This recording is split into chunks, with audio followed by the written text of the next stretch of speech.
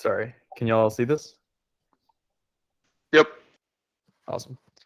Okay, so I guess before we start, we're going to talk about the optimistic rewarder, which is a new contract that we, I guess, are currently in the process of getting audited. Or maybe no, sorry. Yes, I think so. I think this is this audit. I don't think it was last audit. Either way, this is one of our new contracts. We think it opens a lot of capabilities, and that's kind of what we're going to talk about here. So the rough agenda is to talk about how typical on-chain reward systems work, which I think we're mostly familiar with, but I just want to go through it just so that we kind of have a good baseline to start from. Then after that, we're going to talk about how KPI options differ from that structure. And then we'll talk about what the optimistic rewarder kind of does on top of all this. Um, so yeah. So a typical on-chain reward system basically works using 3 steps. The user takes some sort of action. You can imagine, probably the simplest action they can take is staking tokens somewhere. The contract computes rewards in a deterministic and on-chain way. So these computations are normally pretty simple. It's normally things like we're going to pay out X rewards per hour or per day, and then we just divide that amount up among the people who are staking relative to their stake. I think these sorts of systems are pretty they're pretty heavily used in crypto, but they do have some problems around distributing, like for instance, heavily distributing their tokens to whales who can kind of go and dump them immediately.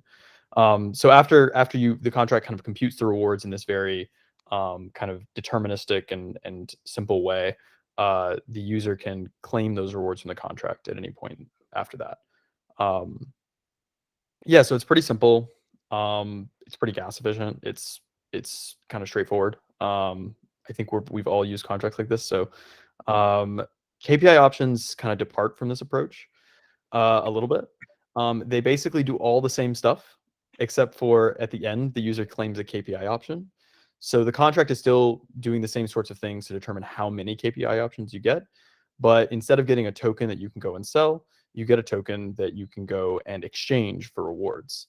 And the nice thing about this is that it offers like deployers and system builders ways of incentivizing the group as a whole using some common function to say your rewards will be worth more if you do X, or if the protocol becomes more valuable, or if we get a lot of integrations. We've experimented with this a lot at UMA, but this is a pretty flexible system to try to point the rewards in different directions potentially after the users receive them. So the rewards, once the users receive the rewards, the game isn't really over. The other nice thing about KPI options is that they allow you to do more complicated computations to figure out what the reward should be. So a lot of stuff, a lot of these contracts, the typical reward systems use computations that are pretty simple, like I said earlier. They often don't involve any price data. They don't involve complicated metrics. They don't involve anything that's hard to measure on chain. KPI options allow you to do a lot more complicated things. Anything that you can describe in an UMIP, you can basically put in a KPI option, which I think is what makes it really appealing to integrators and builders. So yeah, I think we're all pretty familiar with KPI options, so I'm not going to spend too much time going over them. But yeah, I just wanted to kind of set the baseline. So yeah, the big difference, I guess I already mentioned this, but the big difference between KPI options and the typical reward system is that they're more flexible.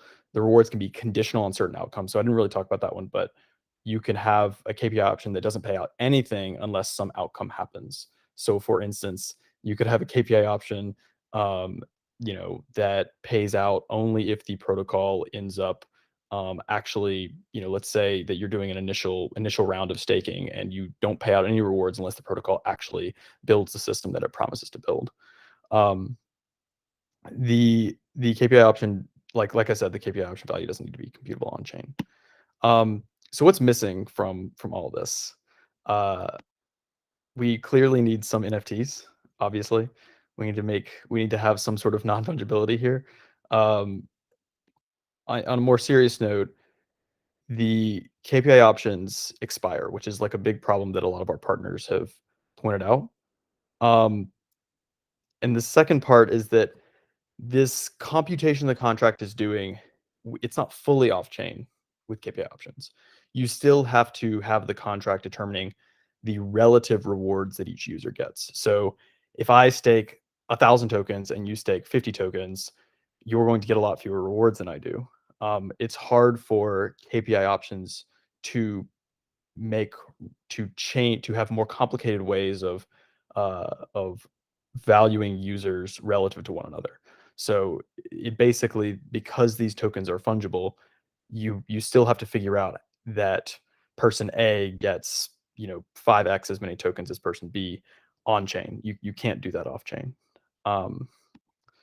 So the optimistic rewarder fixes this, we think.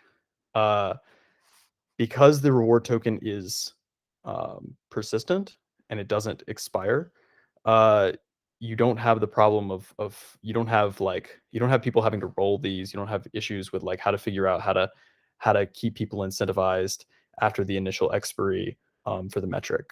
The other advantage is that they're non-fungible. So the user rewards, the relative rewards between users are not predetermined on chain. So you could have a function that actually pays out, has a really complicated way of determining which user gets funds, for instance. And so this I think opens up a lot of flexibility around trying to move the reward systems away from giving a lot of money to people who already have money. Right, the people who put in the most stake tokens get the most rewards. You could have all sorts of more complicated like quadratic systems for not paying out large users as much uh, as many rewards as you do small users, for instance. So how does it work? Uh, the user's rewards are represented as an NFT. So you basically have an ERC 721 contract, and that contract basically distributes mints NFTs to all the users. And the idea is that anybody can get one of these NFTs. You can go up and mint one yourself. Uh, you don't actually have to take any particular action to do it. Um, Once that NFT is minted, the user will basically can attach actions to it on chain. So basically, when the user interacts with contracts in your system, the user will basically pass in their NFT token ID, and then all you need to do is make sure that that somewhere is documented on chain. So it's generally just emitted in a log. The contract doesn't really need to pay much attention to it, and then all the complexity is left off chain. So later, users can go request rewards from the optimistic rewarder contract, and then the optimistic oracle determines how many rewards the user gets. So this means that your NFT is kind of completely opaque. There is no on-chain record of me being owed more rewards than someone else. All that is determined by the actual actions I took and what this UMIP says about how many rewards I should get. Um, so that was a lot on how it works. Does anybody have any questions on those points? Yes, I have a question. Regarding the amount of rewards that each user is eligible, would that be a separate like question to Optimistic Oracle for each separate user, or how does that work? So let's say the protocol has some 100 users, so each of them would fire these Optimistic Oracle requests. We would like to resolve that. It's a great question. Yes, the answer is yes. And we actually talk about this later in the kind of trade-offs section, but the big trade-off with this system is every user needs their own resolution process.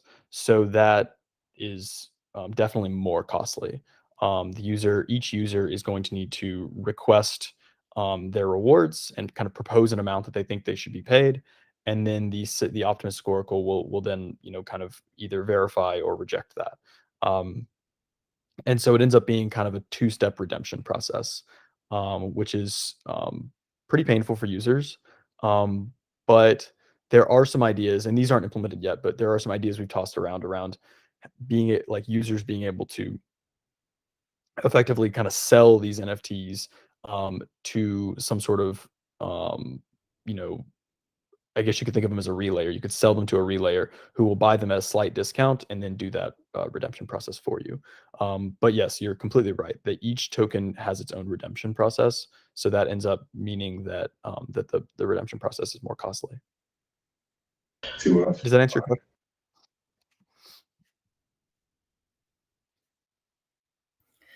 So if you had like an NFT and you had two protocols that you were receiving KPI options, would they both come to the same NFT? So that's actually a really, really good question. And the answer, I mean, this is kind of a spoiler for later, but yes, the answer is that you you won't always be able to do this, but if the two protocols decide that they want to use the same NFT, they can.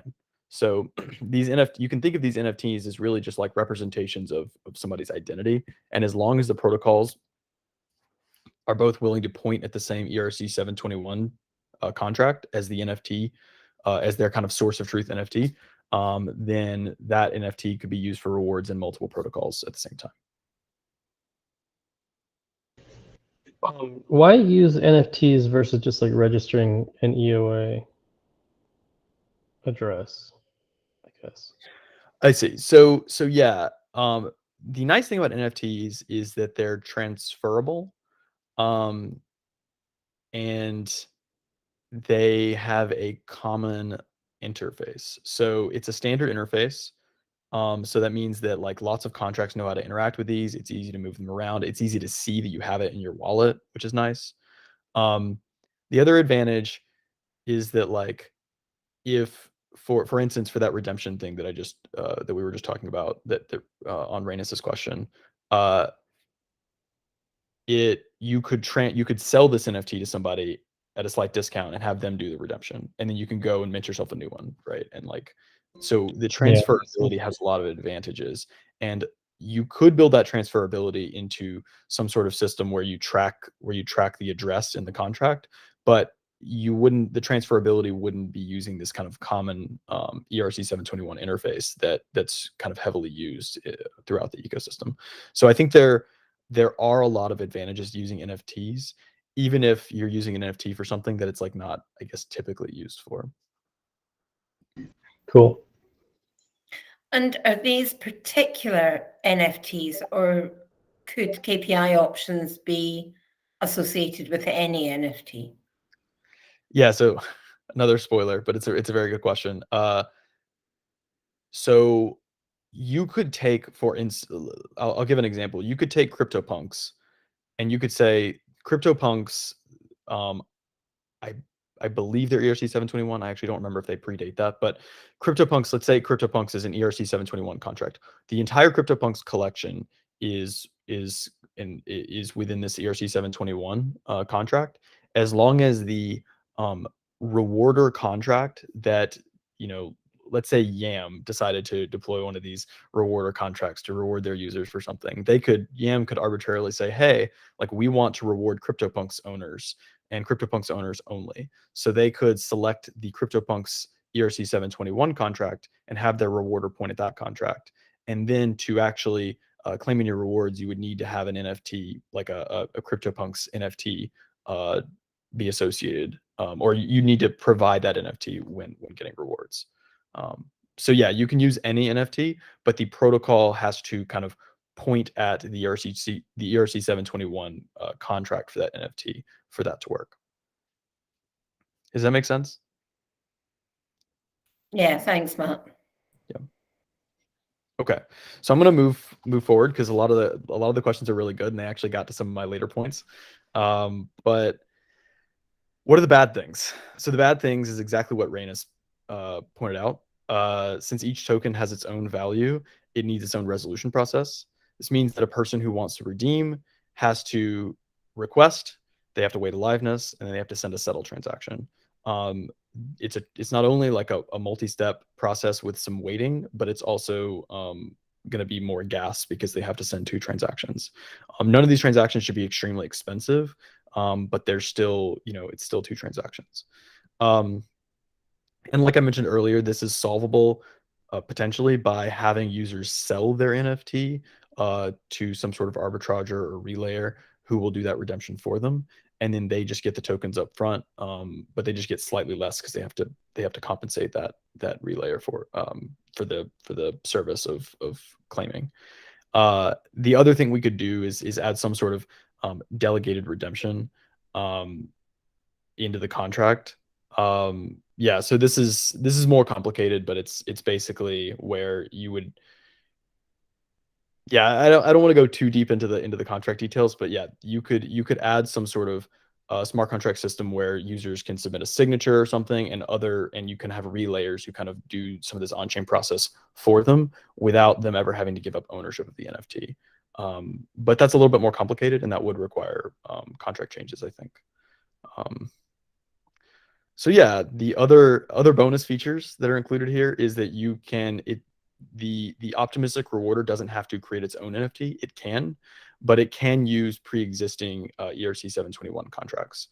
And these ERC 721 contracts don't necessarily need to be mintable, meaning all the CryptoPunks have already been created. So you don't need to, the contract doesn't necessarily need to mint new ones. It just means that anybody who doesn't already have a CryptoPunk won't be able to get rewards because you can't kind of mint one for yourself. The other cool feature is that rewards can be paid out in multiple ERC20 tokens at once.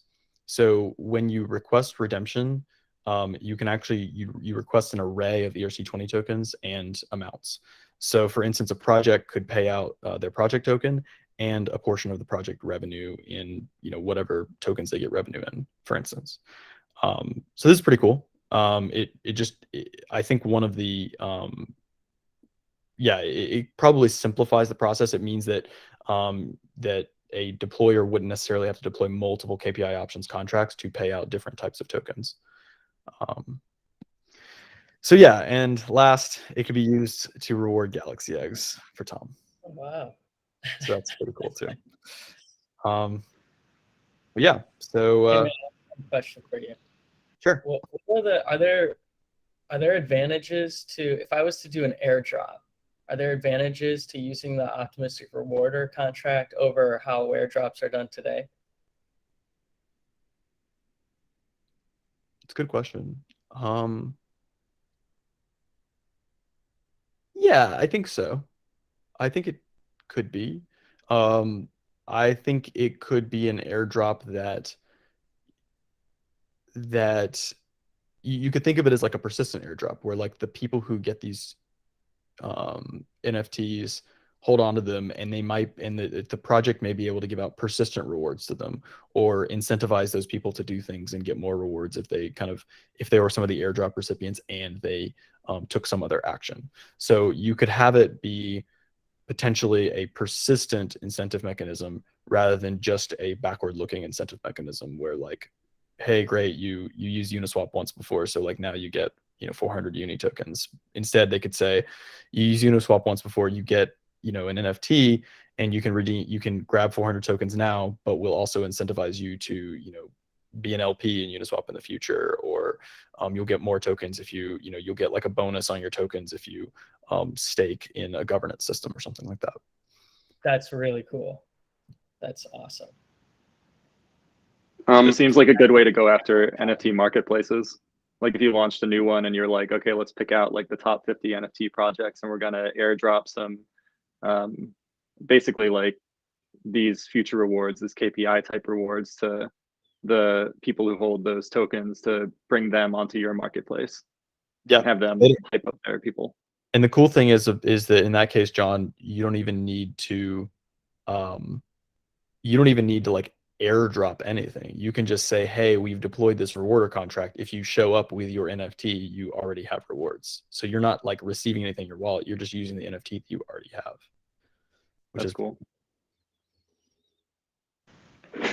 So one question I had, which is just, I was thinking about now in terms of the redemption, is imagine you issued like a whole bunch of these, like a few thousand or like any large amount, and you want to do redemptions quickly. like and for like a whole group at the same time. With the optimistic oracle, there's fees or there's bonds associated with proposing of pricing information. So that could potentially be like quite capital intensive for the proposer, right? Like if you've got 1,000 people that all want to claim them at a similar time, as we've seen with like other airdrops. And now with the most recent final fee changes, that could potentially be like quite expensive. So can you talk about the bonding on the optimistic oracle in the proposals of how that would work, and like how that scales if we want to do like third-party teams doing redemptions? Like, are we gonna be proposing on their behalf and like floating those bonds?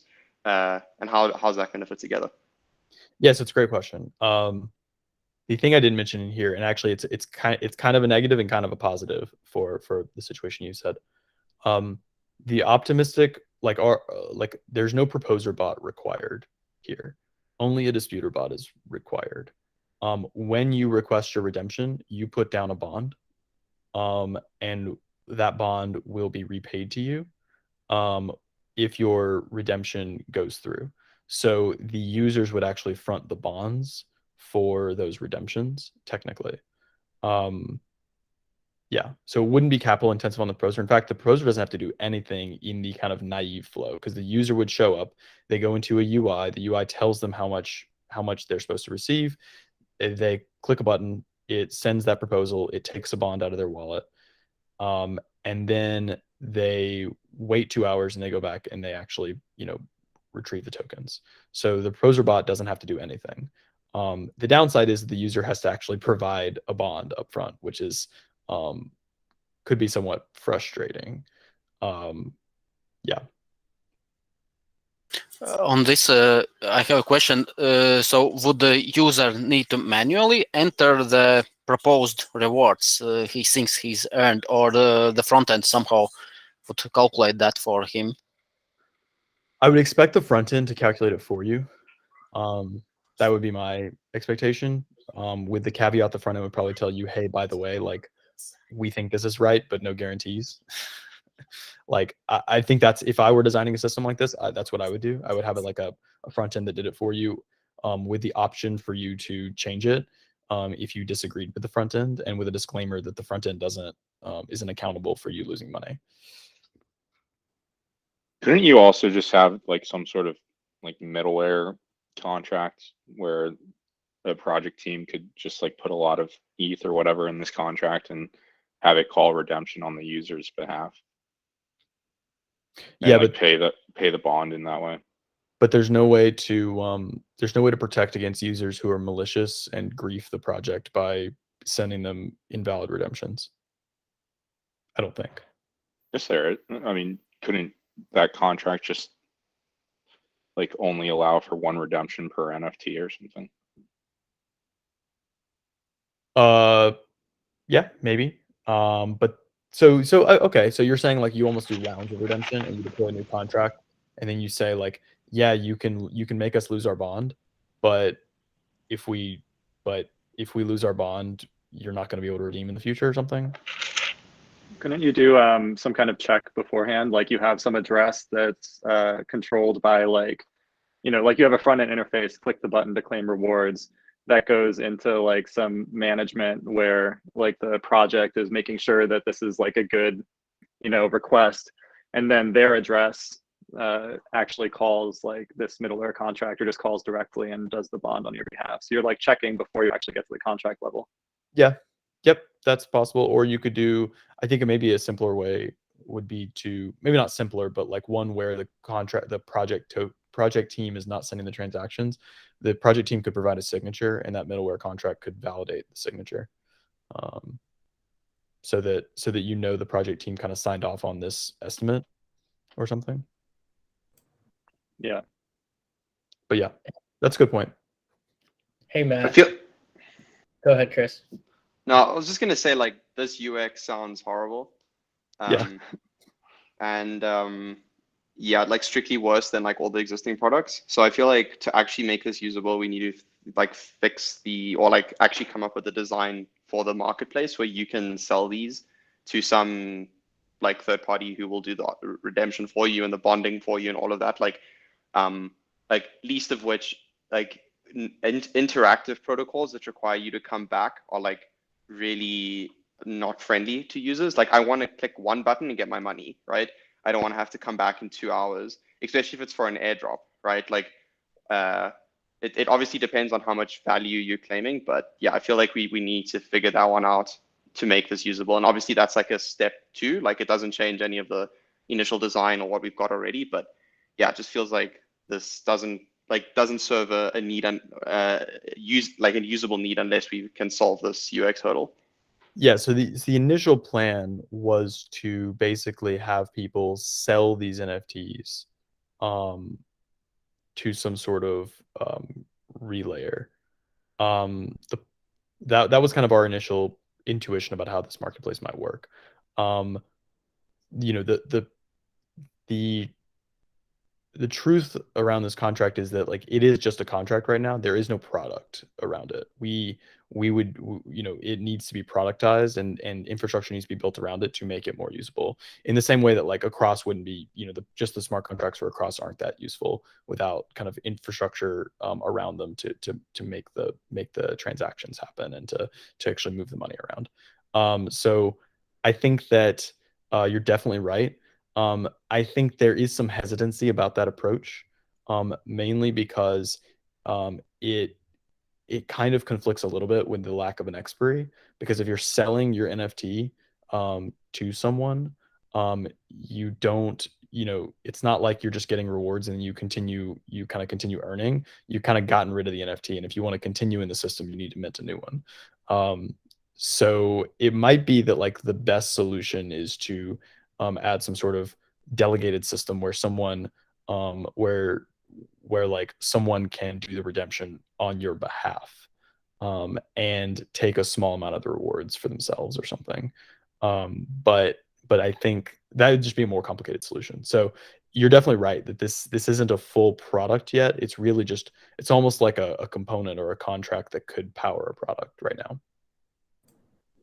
Yeah. And to add to that too, Chris, I actually think we do need that. Matt's calling it delegation, but we just need an ability for a user to instantly get their rewards without selling their NFT, even if they have to pay a small fee to do that.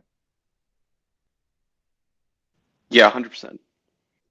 Kind of gets back to like the insured Oracle design, right? A little bit. Yeah, it's no different than a fast relay and a cross too. Same concepts. Yeah. Hey, Matt, could you receive NFTs as rewards that are appended to your NFT kind of? No. Okay. That you can't do. You said you could receive different ERC20 tokens at the time of redemption, right? Yep. I showed up a little bit late, so I might have just missed this, but can you walk through like how that works from like an accounting perspective, especially like on the Oracle side, where like if you made a request, you would basically be requesting like a single kind of redemption value. Like, can you have different amounts of each ERC20 that you receive and stuff like that? Yeah, you're not receiving, the Oracle is not telling you how much you're going to receive. The Oracle is telling you whether the proposed payout is valid. So it's Gotcha. much more similar to a cross, where you're passing all this in, you know, you're passing hashes and, you know, data into ancillary data, and then the Oracle basically says, was this right or was it wrong? Makes a lot of sense. Thanks. Matt, other questions going back to Chris's UX point. This is not a full solution, but is it possible for a user to claim rewards and have a bot pay the gas fees to send them their rewards 2 hours later or whatever the liveness period is? So is it possible in the way it's designed to basically say, I click a button to claim rewards and the dApp says, cool, expect to see the rewards in your wallet in, you know, a couple hours? No. Or does the user need to do that? The owner of the NFT needs to do that. Cool. Yeah, there are some questions, and there are small tweaks we could make to some of these flows. There are some questions around like who should have permission to do what.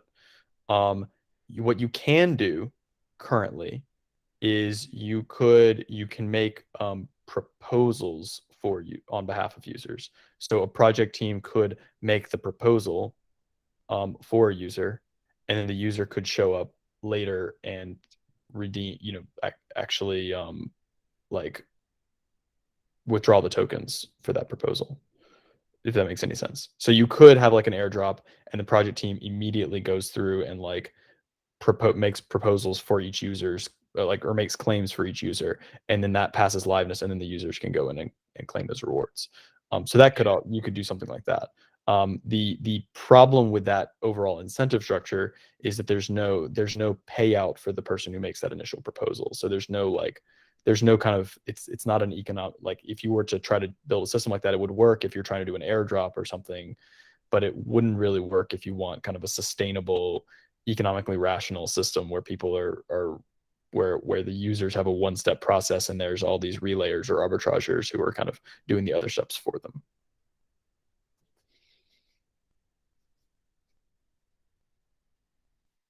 Just so in the proposal system, so like in theory, Matt, you could have, so what you're saying is any third party, anyone can make the proposal, but the rewards can only be claimed by the NFT holder, right? Yes. And making a proposals are, it's a transaction per NFT. Like you can't batch them, right? It would be very gas expensive to like if you wanted to make a proposal every day for every NFT holder, in theory, you'd be spending a lot of gas making proposals, right? Yeah, I mean, I wouldn't say it's like super gas intensive, but it's a transaction, so it's expensive.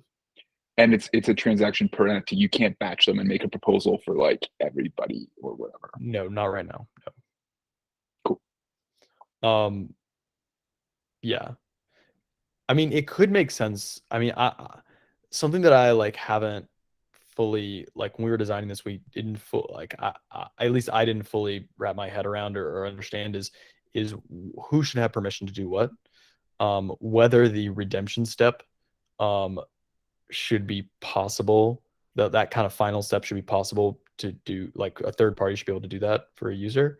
The only reason I actually thought that might be a bad idea is because we allow that with voting rewards in the kind of core UMA system, and people haven't loved that because it allows you to trigger taxable gains for other people, which is like a weird, like for instance, if I saw that you had this NFT and there's all these locked up rewards, I could just trigger both the proposal and then the redemption, and then all of a sudden you have like taxes that you have to pay, which I don't know, is like a weird thing to optimize for, but it also, I could see people being annoyed about that. So anyway, it was just something, part of the reason I initially thought we wouldn't want to have that permission to do that full process without the user being involved was just because of that. Yep, makes sense.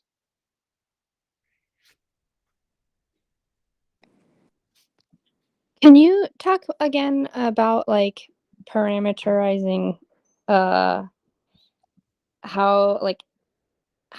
rewards are assessed or accumulated, basically? Like I know you would like essentially connect your NFT to somewhere and take some action. How is that kept track of again?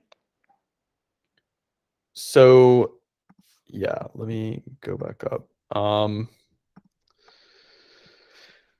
So basically the key term here is actions. It can be anything on chain. It doesn't even necessarily need to be on chain. I know this is really abstract, but like I wanna present it as abstract because I think it's important for us to recognize how flexible this is. It doesn't matter like connecting, you just need some way for the voters or for like a bot to be able to connect this NFT with this action.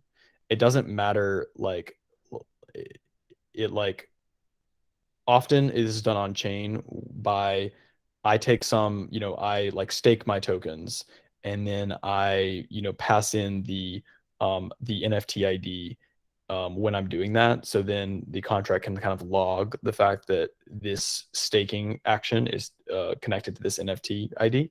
That's kind of probably the more typical or traditional way of doing it.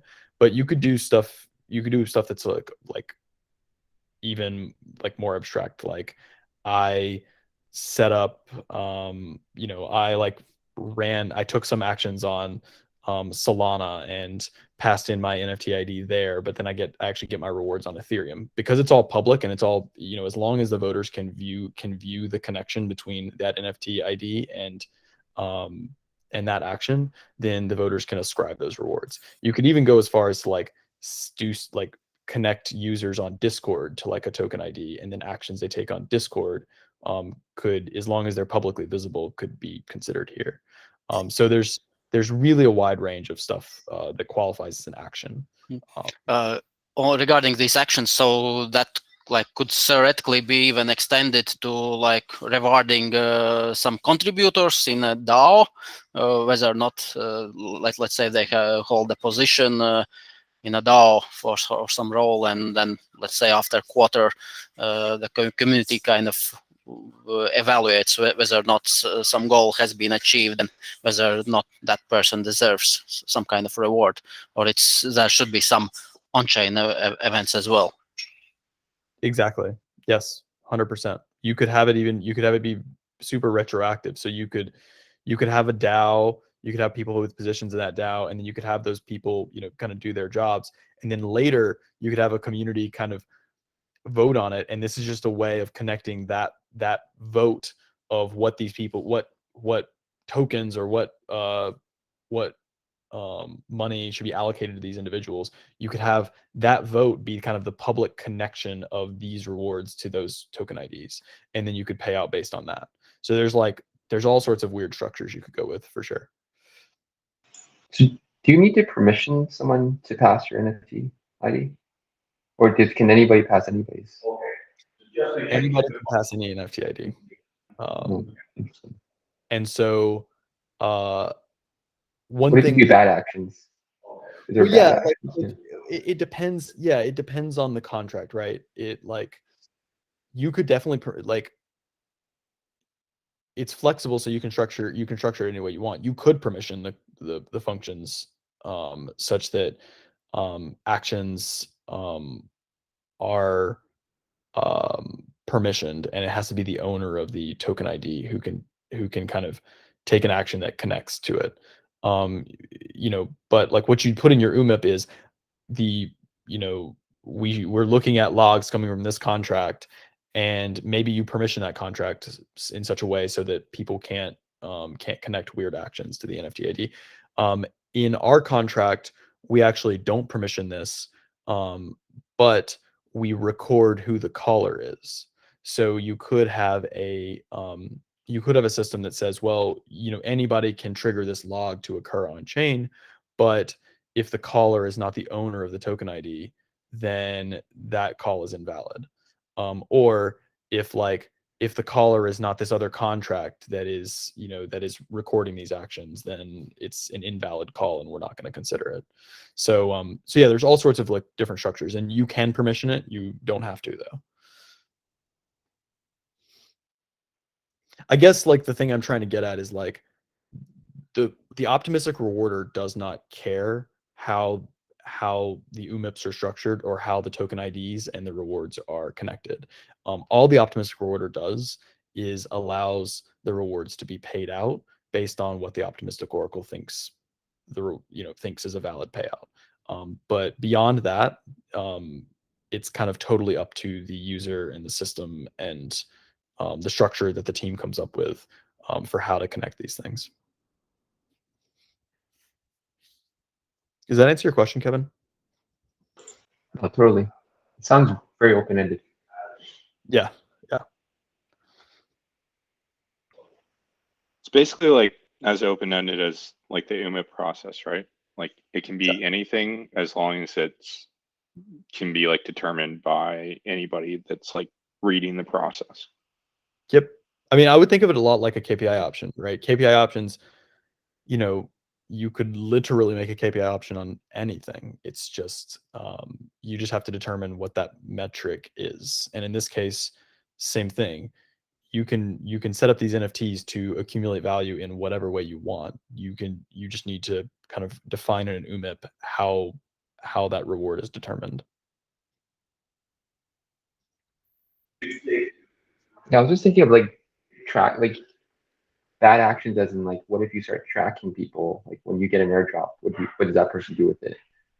Like, so you would pass your ID to get the airdrop, and then if you were able to track how quickly people dump or if people keep tokens, and that'd be interesting for a future community being created where you only want people who actually keep your tokens and not just dump right away.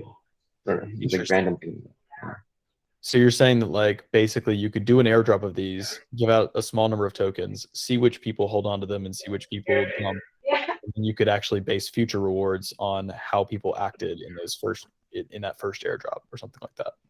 Yeah, or just like looking at other people's projects. Like if everyone used the same reward contract, then you would know what people's actions are and how they reacted when they got an airdrop. Interesting. Yeah, one of the things I was thinking about is along these lines, Kevin, is if like a lot of DeFi projects that were closely related just all used the same NFT to do rewards. I think you have almost like a reward passport that different projects all interact with, and I think you learn a lot from each project doing that.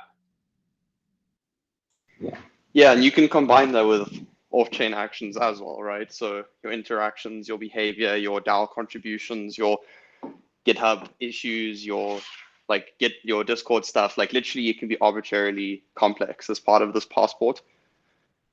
Yeah. It's interesting because it kind of it feels like an identity, right? But at the same time, it's like a transferable identity, which is interesting and a little weird. But presumably you could use something like an ENS NFT to have a persistent identity. Yep. So, I mean, could you have metadata on the NFT that kind of identifies where projects, like, you know, say I'm a contributor to SushiSwap DAO, could I have metadata in there that kind of identifies me as somebody that's eligible when SushiSwap is giving out rewards?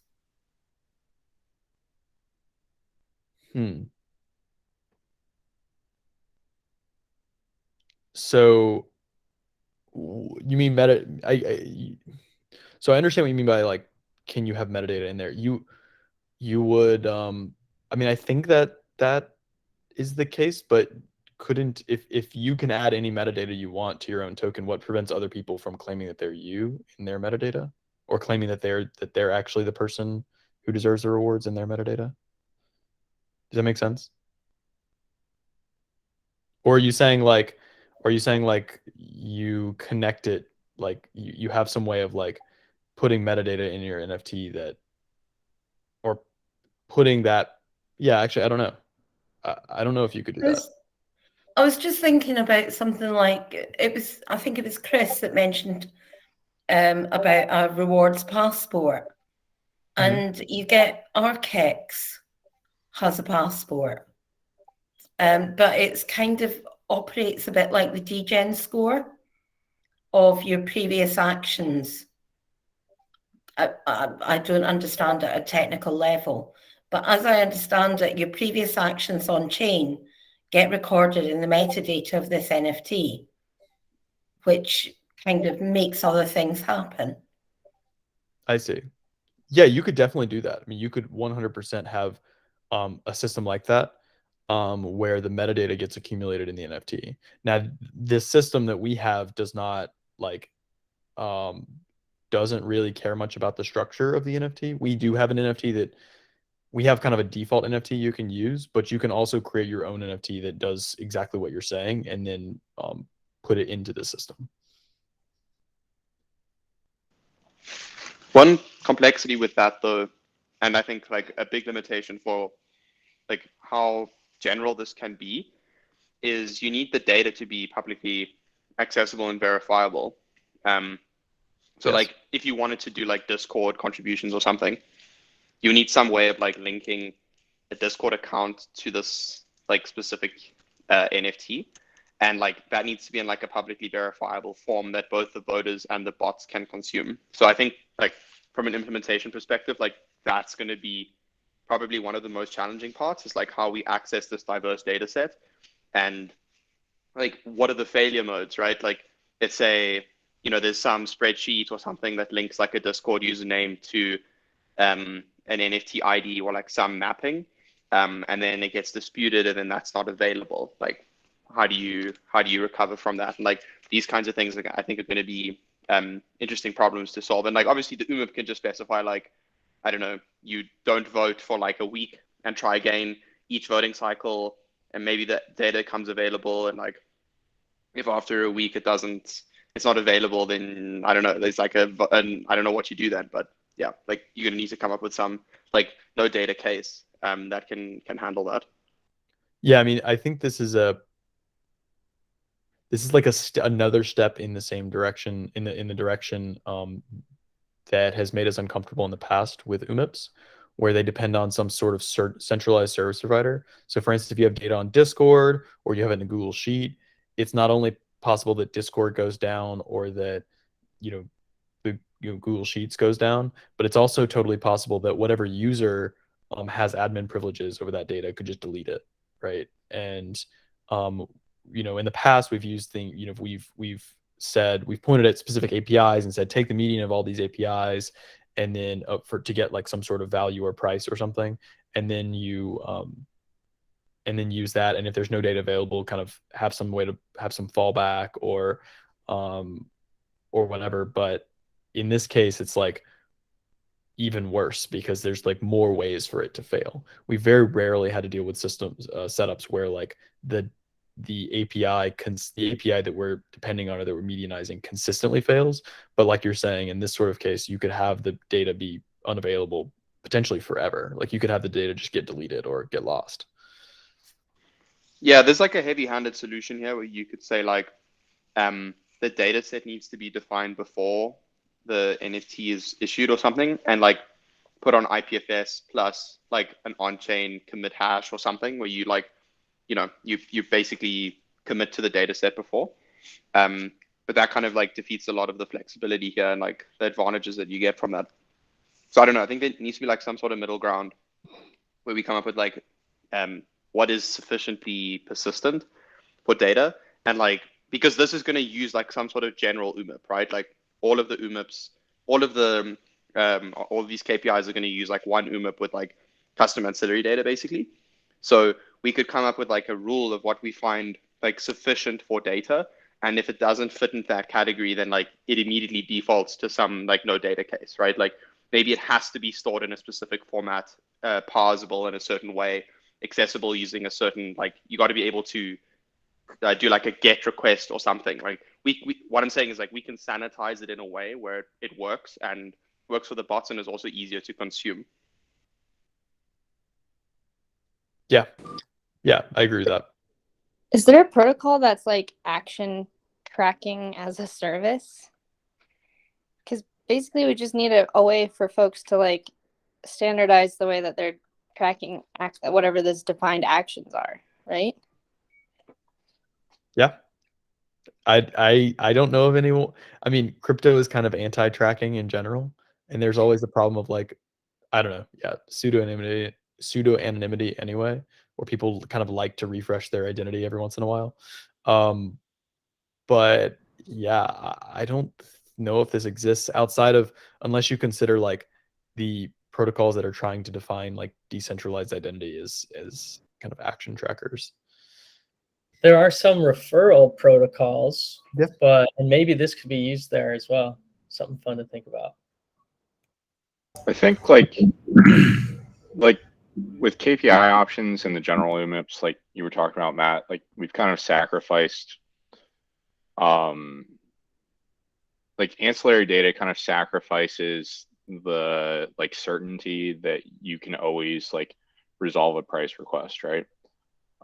So like the kind of attitude we've taken towards this in the IMIT process is like the DVM and the voters should just do the best with like the information they're given at the time of like a vote. So if the ancillary data is like corrupted or makes no sense or the information is no longer available, then okay, like voters should just like fall back to whatever the fallback value is. I think that's like a different approach compared to like what Chris is talking about. And I think like kind of merging the two would be what I think is like the best way forward. Like, I don't think we will have one price identifier that will be used for like all of these things. I would assume we have like classes of like optimistic rewarder contracts, where there's like different methodologies and different data standards for each of those classes. And then you allow like flexibility on kind of the fringes of those classes. But yeah, it's kind of an interesting problem. I wanted to ask, I might have missed this, Matt, but do you have to mint an NFT every time, or can you use pre-existing NFTs that exist in the world? You can use pre-existing NFTs that exist in the world, but the caveat is that NFTs are not just like islands. Most NFTs, or I guess all NFTs, exist inside an ERC 721 contract. So like collections, like a protocol can say this collection of NFTs will be used with our optimistic rewarder contract, but you can't just use any NFT. It would have to be a particular collection of NFTs that you would select. So you could say, oh, I want to use CryptoPunks, or oh, I want to use Galaxy Eggs, or I want to use one that we create, a random one that we've created. But then NFTs that are outside of that set would not be usable. Does that make sense? Yeah, it does. I've seen a big trend of teams launching NFTs and giving them out to the community. And I think this is a good opportunity for us to say, like, all right, those NFTs that you gave out to the community, now you can create this rule set and reward them accordingly based on that. And I think that's kind of a cool use case. And this ties in quite nicely with the trend. Exactly. I think this could be cool for like a targeted across airdrop, because one thing that we were talking about on Discord there is like we have certain people that we would want to airdrop because we think that they would be good customers, like users of the protocol, other people who might be good LPs, and maybe some people that would be good relayers. And if you just gave everybody an NFT that has a payout tied to them doing some on-chain action that you specifically want them to do, that's better than just like giving them some across tokens to try to get their attention. It's like the NFT gets them attention. If they want to get the rewards, then they do the thing that you like them to do. And then once they get a taste of it, hopefully they keep doing it. Yeah, exactly. That point like raises another question I have, which is like, what is the next steps for this? So like, obviously we want to like dog food it ourselves with one of our existing products. And I think your suggestion, John, is like a really good idea. But like, do we want to build a front end for it immediately? Do we want to try and get someone else to do that? Like, what is the strategy with this? What is the timeline? Like, what is the first product launched on it going to be? If these aren't answered, that's fine. But yeah, just curious. They're not answered. I will give my proposal. My proposal is that we need to figure out what our first product, like this is not, like I said, this is not a product. So the first step is figuring out what the product is and building that product. So whether it's bots around it, whether it's an NFT, a marketplace to sell these things, whatever, we need to figure out what that is.